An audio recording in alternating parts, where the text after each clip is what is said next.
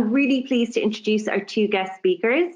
From New Relic, we have Sunna Vincent, who's our expert services manager here and a real expert on observability and how our customers are using it in very innovative ways. And we're very pleased that Tal Cohen, Gett's R&D manager, has joined us to talk us through some very interesting things that they've done recently and that we hope will spark some ideas with you. And before I hand over to Sunna, Tal, you're going to give us some context about Gett. Yes, thank you. First, I will say that I'm extremely happy to be here and present today and talk with you. Gett is basically a technology company that provides transportation solutions, mostly for corporates. We also provide them for B2C customers, but our current focus and current vision is to organize corporate transportations around the planet, all over. The way that we do it, if you can skip to the next slide, is by integrating and connecting, partnering with lots of different vendors all over, and provide a single platform for our customers to be able to order taxis and transportations wherever they are with the relevant or the most relevant transportation provider for them. It brings lots of challenges where significant part of our system actually depends on third parties, and third parties are integrating with us and we integrate with them. And from customer perspective, the benefit is very big. Customers can actually, if you can skip a slide, customers can book with the same application, book taxi. You landed in some airport, you don't know who's the local provider or what you should do. You only care about getting to your business meeting. Same application, you will book, and some relevant taxi for you will get, with a benefit for the company and the corporate that is working with us, that can see live dashboard of what's going on, what is the expenses, and actually reduce their expenses by having everything centralized and visualized and with lots of abilities to control who is able to do what and when. Now, this vision doesn't come for granted. We started with different approaches and took different ways. A few years ago, we realized that this is where we can make significant impact for our customers, and this is where we want to focus. And in order to do that, we actually redesigned the system almost from scratch. Instead of what we had in mind, and many other companies are doing also in parallel, breaking the old monolith that we had, we simply decided that we'll take the assets that we can value from and we'll redesign the system, we'll build it from scratch. I was lucky enough, together with my team, to be part of this effort, and we've built the infrastructure for that. If we can skip a slide. And so a little bit about my team. So we redesigned the core of the system and the way that it works. We are currently responsible for the booking platforms and the state machines of what is an order and what is the life cycle of passenger within the application. And the new system that we've built is with all fun stuff that currently exists in the market. We are full CI/CD. We're deploying frequently to production. We're microservices. We're running in the cloud, and that's basically it. Right, that's very interesting, both from the consumer perspective and from the technology perspective. Until a year ago, I was traveling a lot, so I've had many arrivals at a new airport and wondered what I'm going to do now. Do I go and stand in the queue? Does Uber work here? always when you have the least time to be thinking about those things. So as a consumer, I appreciate what you're doing. And from the technology perspective, it's really interesting because you're working with so many third parties. And then because of the type of service that you're providing, customer experience is absolutely paramount. You're dealing with customers, providing something that is really valuable to them at a moment in time. And at the same time, they're probably incredibly fickle when you're working with individual consumers, right? So what kind of challenges, what kind of technology challenges do you have in terms of having to have that excellent user experience? I will say that if we're looking at Gett, so yes, you are correct. User experience is one of the most important parts in our business. And we look at user experience from two perspectives. One of them is, of course, that the application needs to be usable and with perfect UX, but that's not the topic for this discussion. But also the way that the server responds and the availability of the servers and the ability of the system is user experience. How fast you respond in every location, in every place. We are committed to 99.999 something availability time and uptime. Not one of the team wants to be responsible for spending the budget of the downtime that we don't really have those few minutes, and we take active actions and active measures to make sure that the system is up. We do that either by constantly monitoring the system, but also by controlling the way that we expose feature and the way that we turn on and off the features directly from the servers and directly from the system based on lots of different conditions that we have. Was that one of your goals in migrating to microservices, to deploy more frequently, to keep up with changing consumer needs and changing demand? Yes, when you're working with a monolith and the engineering team becomes bigger and bigger, and the monolith obviously becomes also bigger and bigger, the ability to deploy frequently becomes more difficult.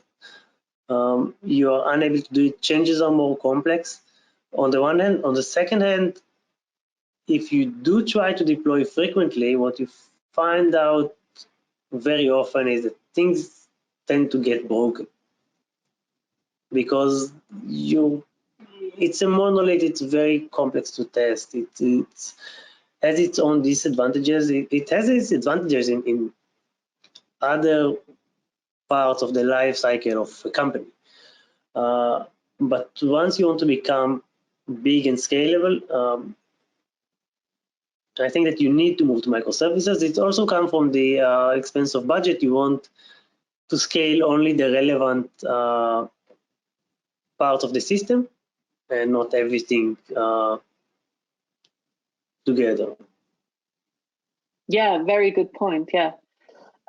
So, and presumably you need a different kind of observability for microservices than for a monolith. There are way more moving parts in your new architecture than in your old architecture. Yes, and for that I can say that we are basically want to measure everything, and we have lots more to measure when we microservices. You want to measure starting from the very low levels of infrastructure. What's going on? How many instances I have from each pod? How many database connections do I have? If everything is okay there, because in a monolith you had one database connection, it works, or it doesn't work, and it's simple. Now you have lots of different moving parts, like you said, and you want to monitor each of them separately. On the one hand, on the other hand, I think it becomes, when the company becomes bigger and wants to work and adjust faster, it becomes very critical to actually monitor not only the individual components, but also to monitor the user experience and the business metrics. You want to see that, okay, maybe each one of the components is working perfectly, but together something is broken. Maybe the integration is not working well. And one of the challenges in this track is how you make fast correlation between something happened, I see some alert, some database connection, what is the business impact? Is it something I need to handle now, immediately? Is it always something I can wait a little bit, do some more research, or maybe cover for it in different ways? And I think for us, this was a challenge to make this pass from infrastructure to business impact. But once you overcome it, it's a very valuable and very critical component in our, I will not even say in the system, in our entire life cycle as engineers. Mm-hmm. So you need to be very, very proactive.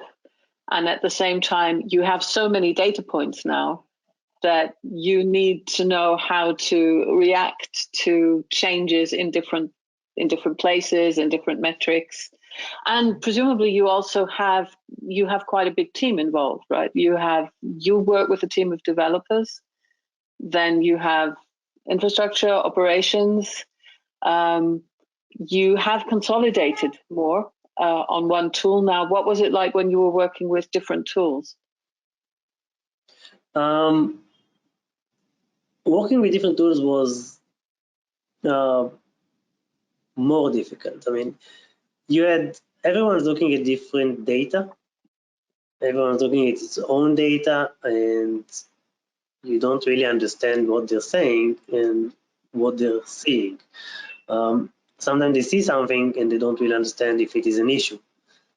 They see some misbehavior in the database that looks not that severe, but from your perspective as the person that's running the system and running the services on top of that, might be something that's indicating, hey, the storm is coming, and we can go to shelter now. And on the other hand, sometimes when something happens, when you have some incident or some alerting, you are unable to correlate fast between, hey, let's drill down or let's drill up to understand what's going on. Yeah. Once we move to a centralized system, we move to New Relic with putting all our data there, we're able to do that. We also learned that by having this data available for you always and it's there, and it's easy, it's a tool that everybody is using, you first of all is able to create on the same data different points of views for managing the discussion between different people on the same topic. And you also, people become more and more familiar with the data of the other team, because now it's the same system. It's not like I'm looking at my system, I'm using New Relic, you're using something else, it's your system, and I'm not familiar with that, I don't know how to query, I don't know what's the syntax, how to build the dashboards. And now having everything in one place, we are able to build better conversations and better discussions, which eventually leads to shorter time to resolve issues. Yeah, you gave a wonderful example there. That was a frequent bone of contention when in my developer or architect days, where as a developer, you would see a database query running really slowly. You'd go to a database administrator. He had his own tools that told him completely different things, like how full are the buffers? Do I need more table spaces? What's the memory utilization? What's the CPU utilization like? You know, and you'd go to him and say, I think there's something wrong with the database. My query is really slow. And he'd say, go away. My database is fine. Your application has a problem. And you would just have no common ground. you would be tossing problems back and forth. So I remember many frustrating conversations from that time. And if you can get those out of the way, you can just be so much more productive. I think you had a good example of a dashboard where you have a collaborative view. Yes, basically this is one of the team dashboards. It's a team dashboard. It's where we start the day and end the day, looking at that everything is as expected. And what we've built here is something that gives us full visibility on what we're currently focused on. So you will see on the top like component that or widget that's monitoring active errors and active life cycle of a features.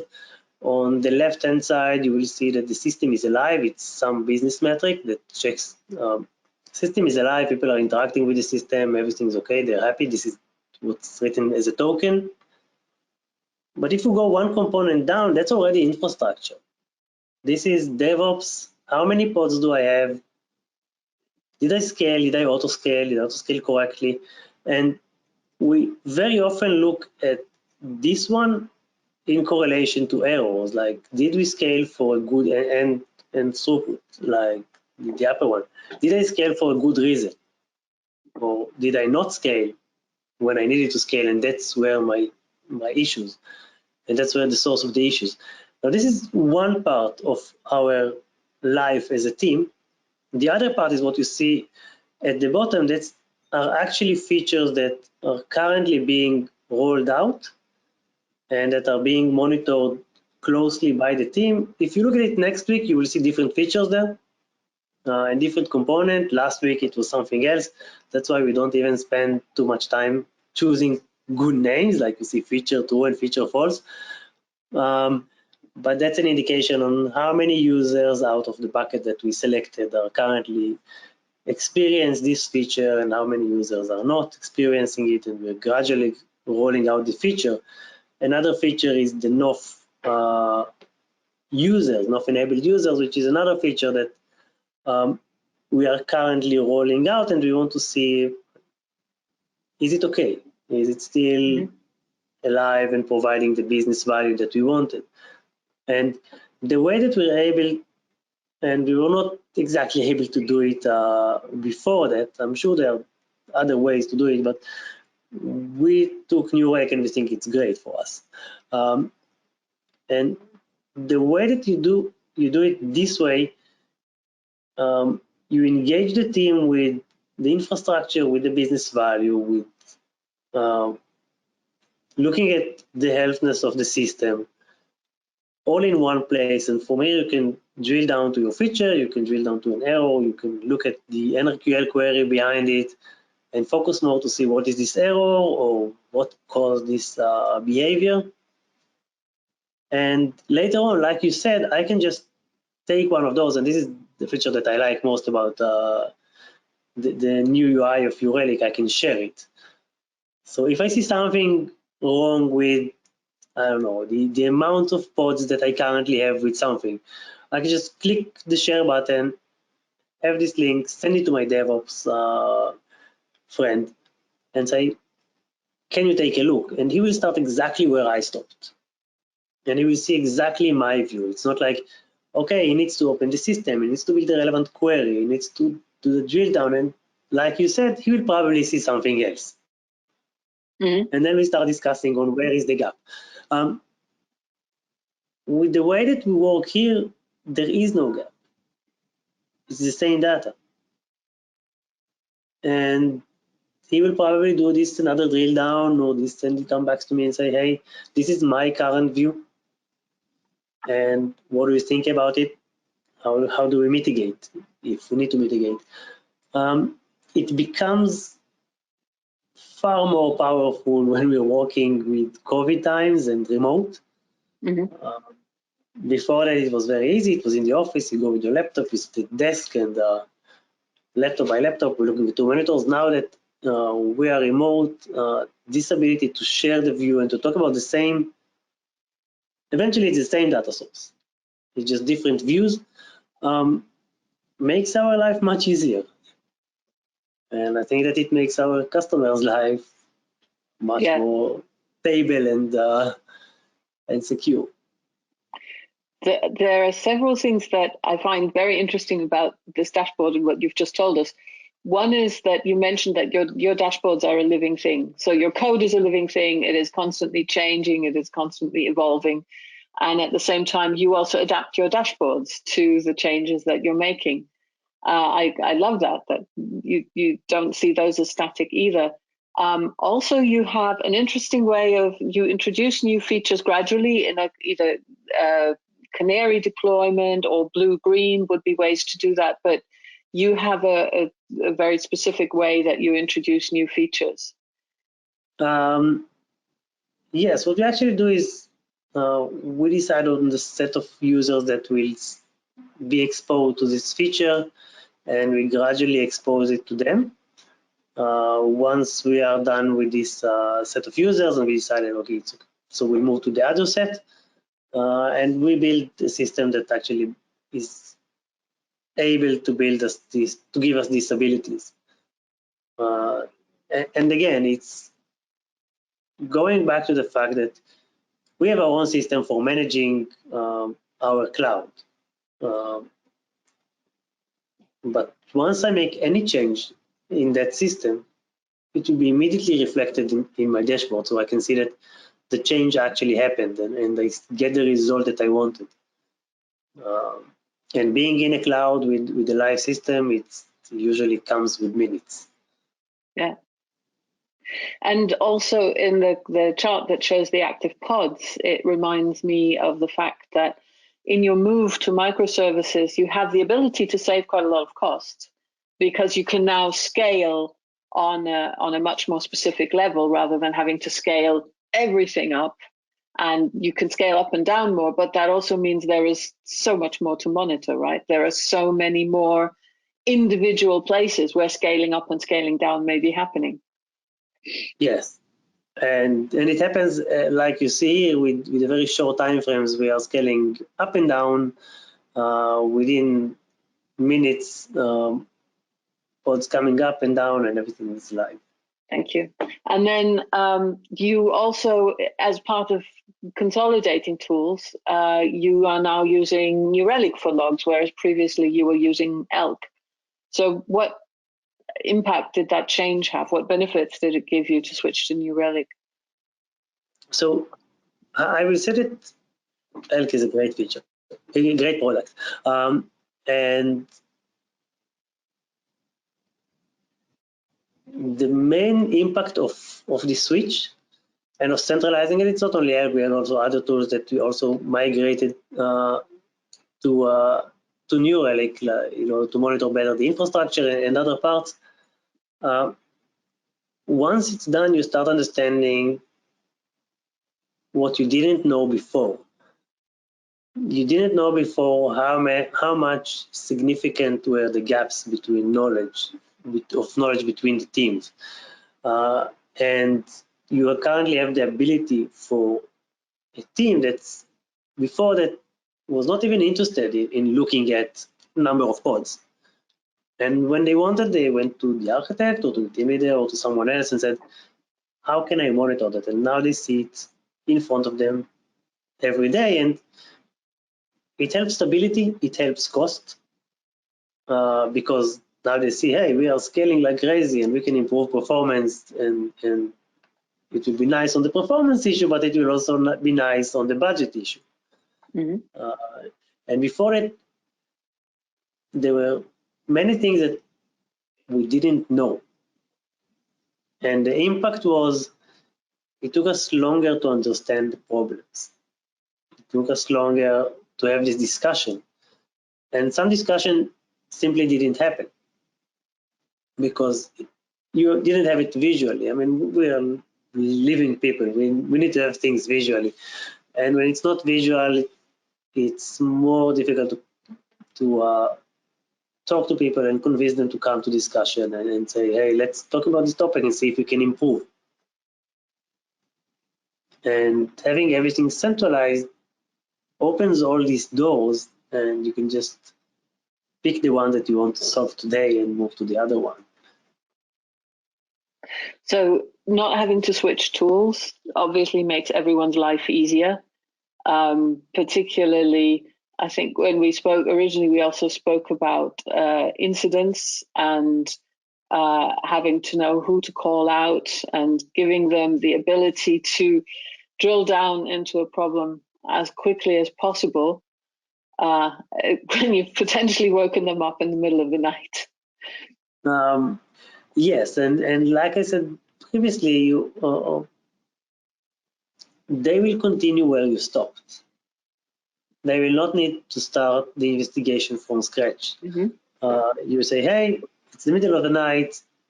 I don't want to take too much of your time. Look at this picture. Look at this query that I've just run. What does it tell you?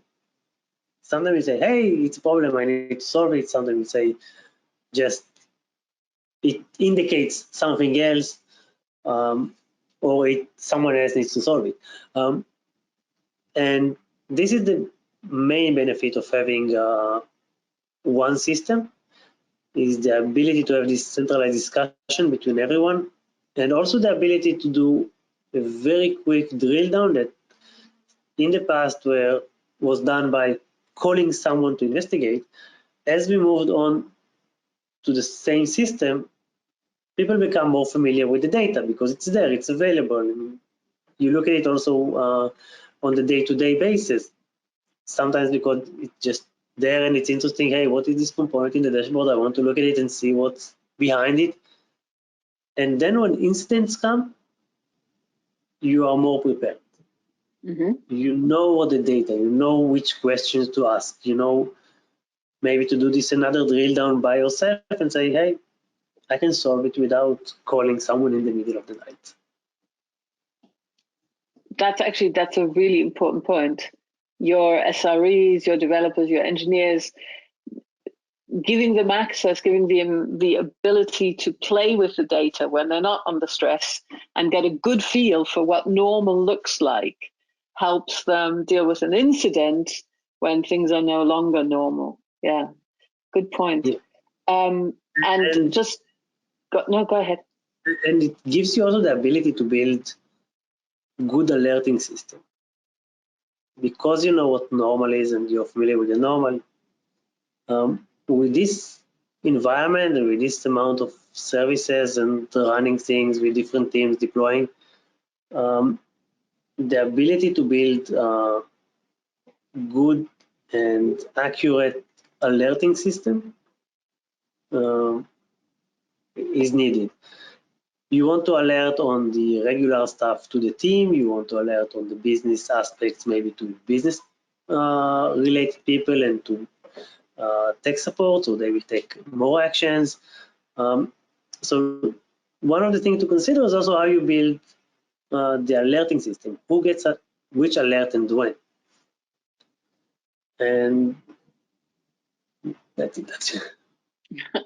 So yes, so you alert via different channels.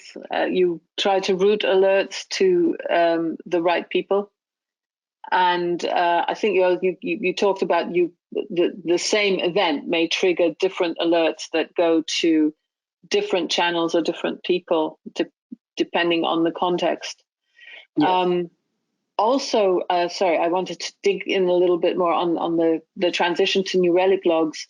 Was there any benefit in terms of the speed with which you can access and analyze the log data because you're not waiting for indexing? I think yes. I think the indexing is faster, and we get the results, or the logs are propagated into the system faster this way. Okay. And so the not having to switch tools, having the single pane of glass for the user, but also the same tool for everyone for collaboration are my main takeaways from what you've said. Anything else that you find particularly useful about logs?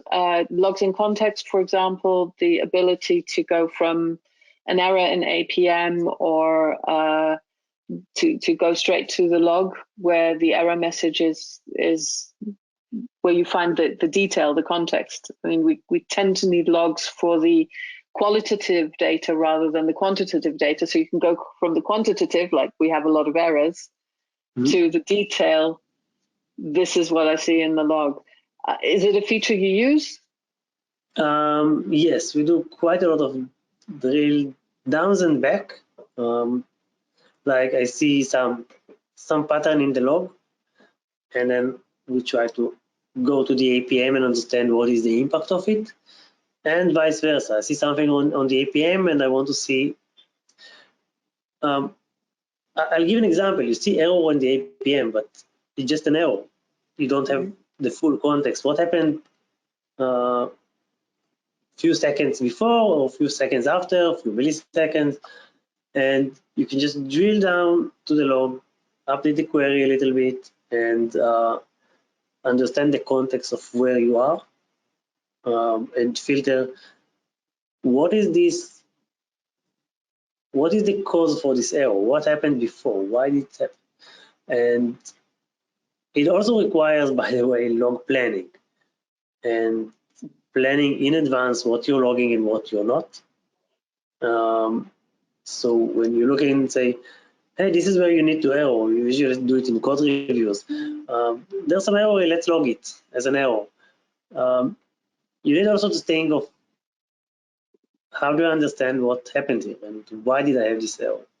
Which context do I put in the error and what do I put just before that? Maybe in some infos or other things.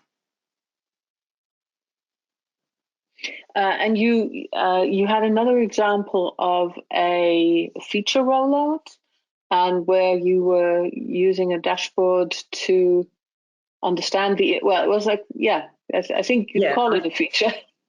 It was definitely a deployment. It's actually a major feature that involved lots of different components in the system, and we've done some significant improvement to our security levels. We were secure before and we want to be more secure. It's always good. And what we've done is we build a dashboard. We can even share this dashboard that gives us the ability to see exactly what is happening in every different component of what we've done. We built this dashboard specifically for the rollout. So when we gradually expose the new capabilities and the new mechanism, we monitor that they are working as expected, that no one is being blocked. It first starts with just monitoring and alerting. In other cases, I was blocking this case, and you understand if you wanted to block or not. And the interesting item about it, and it relates to what we just spoke about, those things need to be designed in advance. You cannot complete a feature, say I'm starting a rollout, and now how do I monitor it? When we started this feature, and we're talking about a very big feature with lots of developments and engineers involved, we started from what is the business requirement and what do we want to solve and how do we monitor it? Those were the two questions. If you think of it, you'll say that we have two customers. We have one customer, which is the external customer, that's actually the customer of our product, our users. And internally, we wanted to know how we give our tech support the ability to understand what's going on. How do we give the developers the ability to understand what's going on and what is the impact of what they're doing? And having it designed in the beginning allows you to build already the correct logging inside, putting the correct metrics, pushing the correct events, and then building this dashboard becomes very easy. But if it's not designed, you build something in the middle and it doesn't really provide good visibility. And it is in such features, when from user perspective nothing happened, but from your perspective lots of things changed, you want it to work this way. You want it to work smooth because there's zero tolerance from users. I mean, nothing changed. Why did it stop working? And this is the way that we are taking, this is the actions that we are taking in order to make sure that we'll be able to roll out seamlessly without any impact that we don't want. And it's also, if you're looking at another aspect of the value for such rollout, it makes the rollout much shorter. If you plan, I don't know, for a month to take this rollout, if you have good visibility, plan in advance, everybody's on the same data, everything that we just spoke about in the last few minutes, you can run the rollout much faster because you will know earlier that things are going well or that things need to be adjusted. You will mitigate them, you will be able to see that your mitigation worked and that it made the impact that you wanted, and you'll continue. Otherwise, you just wait longer and waste more time. And I think that I'll say it as an engineer, when we get to the rollout, we want to complete the rollout. We want to complete the rollout, move to the next thing, and say that this is behind us. And it also motivates developers and engineers to say that, hey, we start, we complete, we move on. Yeah. So there's another key takeaway there. Observability doesn't only apply to production. You are monitoring everything throughout your environment. And as you're building new features, you're also building the dashboard in readiness for the rollout of the new feature. These things are happening in parallel. The dashboard doesn't come as the last thing just before you hit the button and go live. We're starting to get some questions from the audience, and I think time-wise, this is a good time to open up the floor to more questions. So the first question we have is from Ryan. He says, Gett are clearly great power users of New Relic, so I'm really curious on your perspective. If you had 1 hour with New Relic product management, what is the number one feature you would ask them to develop next, logs or otherwise? Actually, it's a great question, and I think that one of the features that we didn't discuss in this discussion, but we see it coming and we see it just behind the corner, and I watch it closely personally, is the log patterns and the ability to actually aggregate logs and understand patterns within the logs, patterns within the errors, and see the bigger picture. On the one hand, on the other hand, you can more quickly ignore things that you already know, or bypass things that you already know, just by this smart aggregation of logs and smart aggregation of data.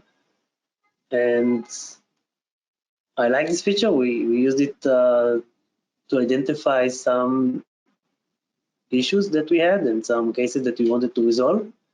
It helps us to give or to gain better understanding on the magnitude of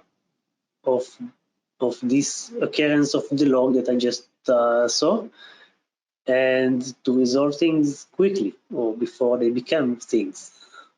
Yeah. So the pattern matching is, and this is not just to do, right? This is not just to do with performance and errors, and not just with technical errors. That can help you diagnose business errors as well, right? Sometimes you have these, just like it's very, very hard to test performance properly until you have a production environment, because there are so many things that you have to reproduce: the right amount of data in the database, the right volume of users, the right kind of concurrency in what users are doing. In the same way, when you have business errors, it's really, really hard to have good functional testing that will incorporate And all the it's factors specifically, that could affect something. Sorry, go ahead. and specifically in a system like we have, that sometimes you can simply cannot test. I mean, when you go with mobile applications, you have different networks, different locations, different network providers. Each one of them has its own characteristics. And on the other hand, we have the different vendors that we're working with. And yes, the system is moving, and you need the ability to understand what is it and to aggregate the different data points that you have. Yeah, it is completely impossible to have enough scenarios to cover off as our systems get so complex, and as you said, with all the third parties that are involved in it, with many different moving parts, it's really hard to come up with functional testing that can really cover off everything that can affect the logic or the outcome of your program. And I've got another, yeah? I don't think Sorry? that you want to cover everything with functional testing. If you are a cloud system and you are able to gradually roll out and to deploy something just and your full CI/CD to deploy something just to get an understanding of what will be the behavior of this feature and how will it react, what will be the performance, then you can simply do it and just deploy to see what's the impact, how is it performing, and before it even reaches the real life of the system. Yeah. This is going to be a trend that you have to rely more on seeing every aspect of the real system and getting data from the real system than trying to anticipate everything that might happen and trying to catch everything in testing. We have another question from James. Do Gett find the Lookout application useful for discovering unknowns? Actually not using the lookup application, so I cannot answer this one. You haven't started using it? No. It's a new feature, so yeah. You may have to, you know that Gary's part of my team, so this is where, you want Gary to introduce you to it. I can set that up for you. Any more?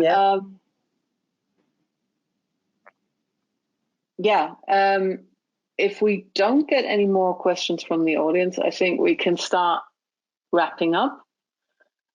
Thank you very much for your time. It was really, really interesting to hear from your perspective how things actually work out for you, how you actually apply what, things that we think are cool, that we think will do a lot for our customers. It's always fantastic to hear how it's actually working for you. So the big takeaways I had from this is that having the one tool that everyone uses really makes a difference to you. Having the single pane of glass and the common data and the common language has really helped you collaborate, particularly during a time where everyone's been working remotely. And yeah, I think I'll also appreciate it from the perspective of being the consumer and getting that excellent user experience. Right. Antoinette, any closing? So I'll just thank you, Sana and Tal. That was really fascinating, even for a non-expert such as myself. And just a last thank you to everyone for attending. To look out for the survey, and you'll all be receiving the recording tomorrow, which you're welcome to share with anybody else who may be interested in the Gett story and the great takeaways we got today. And with that, I'll close up. Good evening. Thank you. Thank you, Tal.